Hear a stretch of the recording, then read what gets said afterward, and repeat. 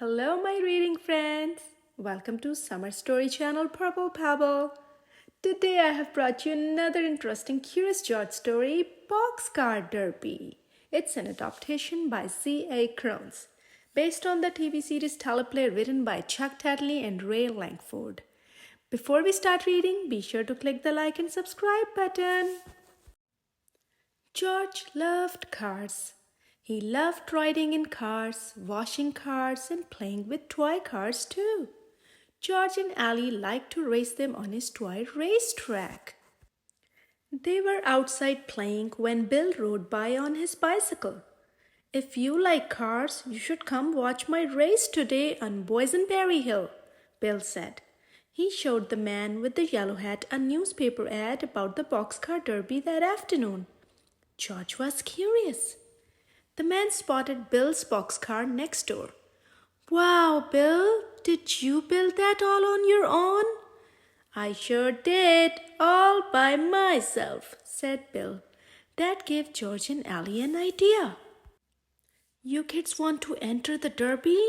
The man asked. Of course they did.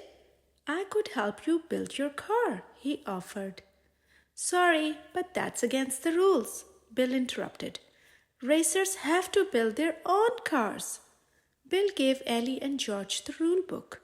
It included everything they needed to know about the derby and building their very own boxcar.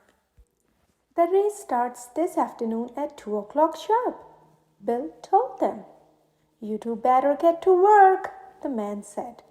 Feel free to borrow anything you see around the house, and good luck. George and Allie looked at the rule book. Luckily, it had lots of pictures. The first thing they would need is the part to sit in, the body, plus a steering wheel, wheels, and a brake. Now it was time to look around for car parts. George borrowed the man's blue wagon.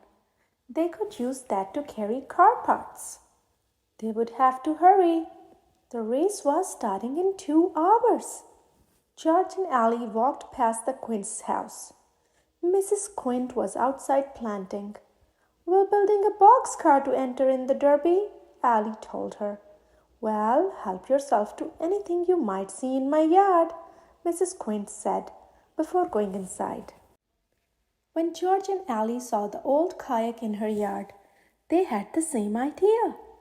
It would be perfect for the body of their car. It already has 2 seats in it too. One for you and one for me, said Allie. They were off to a great start. The next stop was Grandpa Rankin's barn. It was filled with all kinds of old parts they could use, especially wheels. George found 4 that matched and nailed them to the kayak. They were ready to roll. But something wasn't right. The wheels didn't roll. George remembered the picture in the book. Wheels turn on an axle, a rod that goes through the center of the wheel so it can spin. The wagon's wheels were on axles. George and Allie nailed the kayak onto the wagon.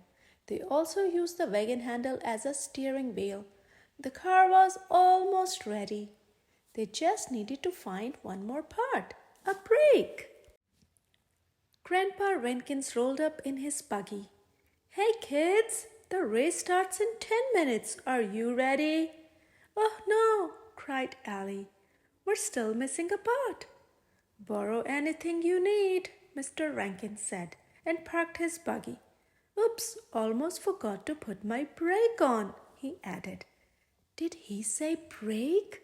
George and Allie took the brake off of Mr. Rankin's buggy and put it on their car. It was finally finished. They were going to make it just in time for the race. Hey, you made it, said Bill, just as they were pulling up to the start line of the race. Their brake worked perfectly. Without a second to spare, Mr. Quint waved the flag and yelled, On your mark, get set, go! They were off.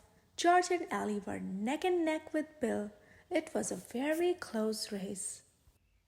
George and Allie leaned forward and took the lead. That is until Mr. Rankin's buggy came racing down the hill.